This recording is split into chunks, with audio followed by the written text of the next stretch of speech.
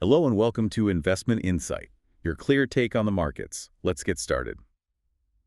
Today we're looking at what feel like two parallel crises, both about concentration, really. That's a good way to put it. Yeah, globally you have this tech power bottlenecking around, well, one specific component. And then domestically, here in the U.S., economic growth seems to be funneling into just, what, 7 companies? Exactly. It makes things pretty tricky for investors, doesn't it? A real tightrope walk. These aren't just, typical market ups and downs. These feel like deeper systemic shifts. They're really reshaping where the money's going and, frankly, where the risks are piling up. Right. So our mission today is to unpack these two big stories. First up, that global tech standoff specifically, a potential critical flaw in a major Chinese tech firm strategy. And that flaw involves AI chips, which we'll get into. Definitely. And then we'll bring it back home. We need to dissect this growing split in the U.S. economy. This two Americas idea, where Wall Street and Main Street seem to be on different planets. It's a fascinating contrast how geopolitics and this domestic split are creating such a complex investment landscape. Let's dive into the AI chip war first then, because some recent hardware analysis seems to have given us a pretty important new timeline. Yeah, absolutely. For months, the big question has been about Huawei. How are they managing to produce these advanced AI chips despite really tough U.S. sanctions? It seemed like they were defying gravity almost. Well, we just got some concrete evidence. Tech Insights, they're a firm that specializes in tearing down semiconductors. They took apart Huawei's Ascend 910C AI chip. And what did they find inside? It confirms what many suspected. They're basically running on fumes, meaning stockpiled parts and foreign components. Hold on. If they found foreign parts, things like TSMC silicon and high-end memory from Samsung and SK Hynix, doesn't that actually suggest the sanctions weren't that effective? That maybe China's more resourceful than DC thought? It definitely shows incredible short-term resourcefulness, no doubt. The teardown specifically found 2 critical foreign pieces.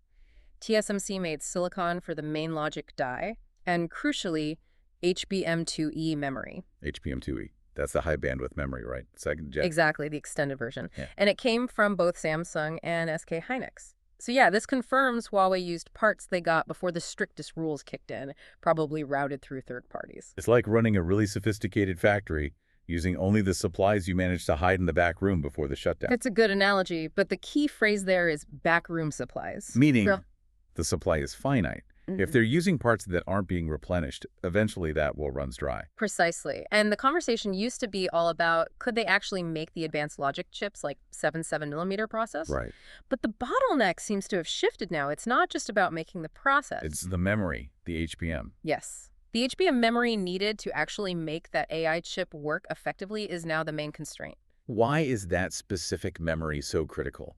More so than the processor itself. Think of it like this. The logic chip is the super fast brain, but the HBM memory, that's the super wide, super fast pipeline feeding data to the brain. Okay. If that pipeline is too narrow or too slow, the AI system just chokes no matter how fast the brain is. And that specific HBM pipeline tech, it's like 90% controlled by just 2 companies, Samsung and SK Hynix. 90%. So that's the real choke point now. What's the timeline look like? How long can the stockpile last? Well, SemiAnalysis, another group that tracks this closely, they forecast Huawei's stash of foreign HBM will be totally gone sometime between late 2025 and early 2026. But not far off. Not at all. And that leads directly to what they're calling the production cliff. Because domestic Chinese producers like CXMT, they just don't have the tech or the sheer scale yet to replace that volume of high-end HBM. So once the HBM stockpile runs out? The prediction is a sharp, rapid drop in their advanced AI chip output. Okay, so the stockpile is like the last battery pack. When it dies, the whole system gets a serious downgrade. And meanwhile, the U.S. isn't standing still, right? They're trying to plug these holes. Exactly. The sanctions aren't static. They're adapting. The U.S. Commerce Department just rolled out new rules effective October 1st, specifically targeting ways companies try to get around export controls. How does this new rule work? How does it stop that stockpiling tactic we just discussed? It focuses on subsidiaries. Basically, if a sanctioned Chinese firm like Huawei owns 50% or more of a subsidiary anywhere in the world, say Singapore or Thailand, or even just shows significant influence over it, then that subsidiary falls under the U.S. rules too. Correct. It directly targets that strategy of setting up shop elsewhere to reroute critical semiconductor supplies. They're trying to close every loophole as it appears. So, If the fight has really shifted to HBM, this scarce critical component, Mm.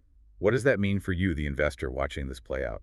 It means you have to recognize that these memory makers, SK Hynix and Samsung, they're not just commercial giants anymore. They've become critical geopolitical assets. Because they hold the keys to this essential tech. Right. Their technological advantage, their moat, is basically a core piece of the U.S. strategy to maintain a lead, whether the companies like that role or not. Interesting. So companies with technology that's genuinely hard to replace, think the HBM leaders or ASML with their unique EUV machines for chip making, or even the EDA software guys like Synopsys and Cadence who design the chip blueprints. Yes, those types of companies. They end up being structurally advantaged by this whole tech war, almost regardless of day-to-day market swings. Yeah. Their value is kind of protected because they're irreplaceable. That's a crucial insight, I think. That's the big takeaway from this first part. You have to separate Huawei's short-term cleverness, which is running on borrowed time with those stockpiles, from the long-term reality. And that reality is the HBM bottleneck, which seems to have a hard deadline. Okay, that makes sense. Let's pivot then away from this global tech cliff, and let's look at the domestic picture here in the U.S. Because the kind of concentration we just talked about, it leads us straight into this idea of the great American economic divergence. Yeah, and this story is, well, it's deeply unsettling in a way, because the stock market seems completely disconnected from how the economy feels for a lot of people. Right. The S&P 500 is hitting record highs, looking great. But talk to small business owners, and you hear about sluggish sales, high costs, pain. The old rule, the market reflects the economy, seems broken right now. So how do we explain that? What happens if you actually dig into the earnings numbers for the S&P 500, maybe look at Q3 2025 projections? That's where the illusion becomes clear. Overall, the S&P 500 profits are projected to rise maybe 5.5%. Looks okay, Oh. but you have to pull it apart. That growth isn't broad-based. The entire index is basically being dragged uphill by those 7 huge companies, the Magnificent 7, the M7. Just how concentrated is it? It's stark. The M7 alone, their profits are projected to jump by around 12.1%, a huge increase. Okay, and the other 493 companies in the S&P 500? Their collective profits are actually projected to decline. Wow. So all the index growth and then some is coming from just 7 players. That's the extreme concentration risk, and it's the engine driving this divergence we're talking about. And we're seeing this reflected in real-world data too, right? Like that recent ADP jobs report. That seemed to really confirm this split. It was a real shocker, that report. September showed the private sector actually lost a net 32,000 jobs. A net loss, okay. But wasn't there more to it? Yes, the breakdown tells a story. Large companies. They actually added jobs. But small businesses, firms with fewer than 50 employees, which, remember, make up something like 70% of U.S. employment, they lost a massive 40,000 jobs. 40,000 jobs just from small businesses. That's hitting Main Street hard. Why are they the ones shedding jobs? Is it just that they can't compete? It seems to be a really tough double bind for them. You look at surveys like the one from the NFIB, the National Federation of Independent Business. What are they reporting? They're struggling badly with 2 main things: high operational costs, like wages, and finding qualified workers. Labor quality is a huge issue. Get this, 50% of small businesses said they had few or no qualified applicants for open positions. So they can't find people, and even if they could, affording them is squeezing their already tight margins. Exactly. It's a terrible squeeze. And layered on top of this, we have the silent crisis, as people mentioned, in commercial real estate. That's got to be weighing on local economies, too. Oh, absolutely. It's a huge anchor. With remote work sticking around and interest rates high, office vacancy rates in some big cities are soaring over 30% isn't uncommon. And that leads to defaults. Rising default rates, yeah. Which puts pressure on regional banks that hold those loans. It's all connected. Because who rents those offices and storefronts? Often it's small and medium businesses. When they struggle or close, it hits the property owners, the banks, and the whole local ecosystem.